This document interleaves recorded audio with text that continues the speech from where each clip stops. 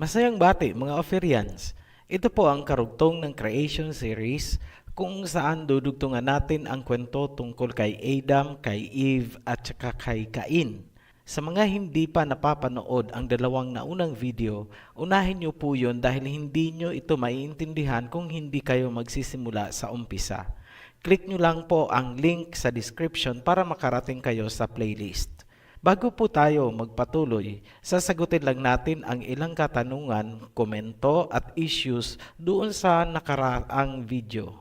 Sa mga ipinipilit na ang asawa ni Cain ay ang kapatid niya, subukan niyo munang sagutin ang tanong na ito. Ang kasagutan sa tanong na ito ang magpapalaya sa inyo mula sa doktrinang nagbilanggo sa inyo. Alin po ba ang nauna? Yung pagkakaroon ba ni Cain ng asawa at 5 henerasyon o ang pagkakaroon niya ng mga kapatid? Walang dapat pagtalunan sa edad ni Adam na umabot ng 900 years. Wala ding dapat pagtalunan sa pagkakaroon niya ng ibang mga anak. Ang tanging issue ay alin ang nauna, ang pagkakaroon ba ni Cain ng 5 henerasyon o ang pagkakaroon niya ng mga kapatid? Which is which? Hindi mahirap hanapin ang sagot dyan. Kitang-kita po sa Genesis chapter 4. Huwag nyo lang mamanipulahin ang laman ng Genesis chapter 4 na huhugutin ang nasa huli at ilalagay sa unahan at ang nasa unahan ay hihilahin nyo papunta sa huli para tumama lang ang doktrina. Sarili nyo po ang niluloko nyo, minamanipulan nyo ang chronology na ibinigay dyan ng Biblia. Sa mga sincere naman talaga na malaman ang katotohanan, ngunit nalilito lamang, muli naming ipapaliwanag ng maiksi lang. Paumanhin po sa mga alam na itong parte, saglit lamang po ito. Balikan natin ang Genesis chapter 4, verse 16. And Cain went out from the presence of the Elohim and dwelt in the land of Nod on the east of Eden. Verse 17. And Cain knew his wife, and she conceived and bare Enoch. And he builded a city, and he called the name of the city after the name of Enoch. Verse 18. And unto Enoch was born Irad, and Irad begat Mehujael, and Mehujael begat Methusael, and Methusael begat Lamech, and Lamech took unto him 2 wives. 5 henerasyon yan galing kay Cain, ngunit hindi pa isinisilang si Seth at ang kanyang mga kapatid. Ituloy po natin. Verse 25. And Adam knew his wife again, and she bare a son, and called his name Seth. For Elohim said, She hath appointed me another seed instead of Abel, whom Cain killed. Ngayon, kung titingnan naman natin sa Genesis chapter 5, ibinigay ang edad ni Adam noong isinilang si Seth. Sa verse 3, And Adam lived 130 years, and begat a son in his own likeness, after his image, and called his name Seth. Yan ang napakaliwanag na may asawa na si Cain, may pamilya, may 5 henerasyon, may syudad na naitayo, bago pa man isilang si Seth at ang mga sumunod sa kanya.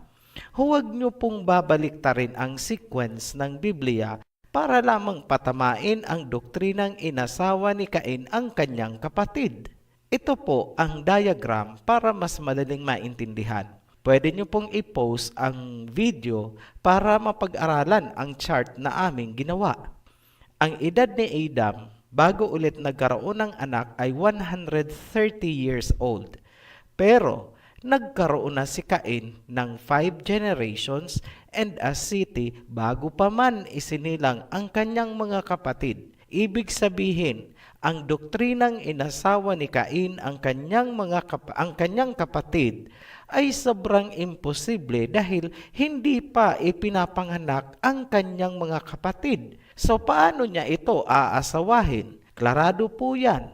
Naninindigan ang Ophirian Heritage Conservatory na ang asawa ni Cain ay hindi niya kapatid. Walang ibang pwedeng panggalingan ang mga tao sa Nod kundi ang first couple na unang nilikha sa chapter 1. Isang katotohanang ayaw tanggapin ng mga nabulag ng doktrina.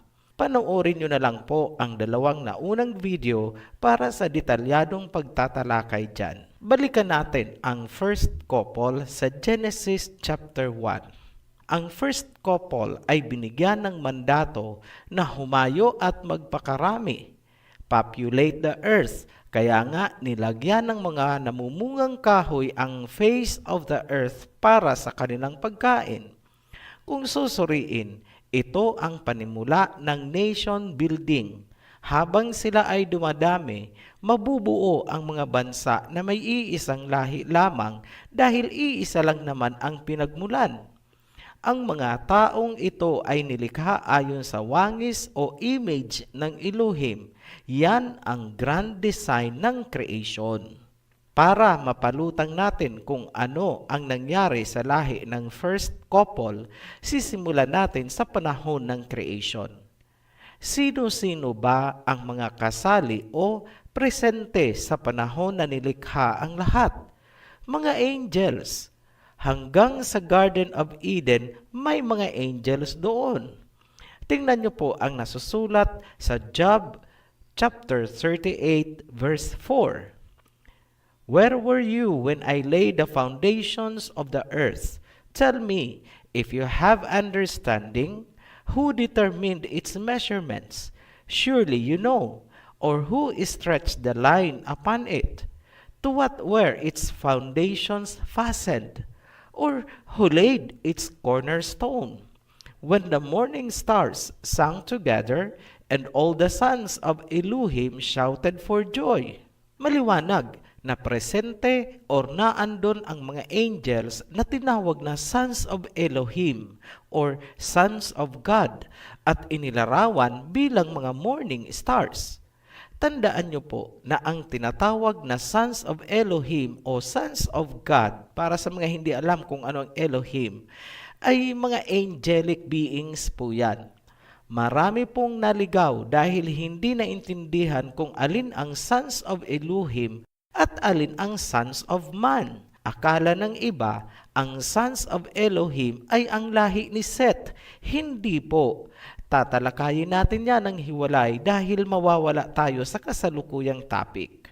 Tanong, si Lucifer ba ay naandun sa panahon ng paglilikha? Yes, kasi isa siyang high-ranking angel. Noong gagawin na ang first couple, ito ang sinabi ng Elohim.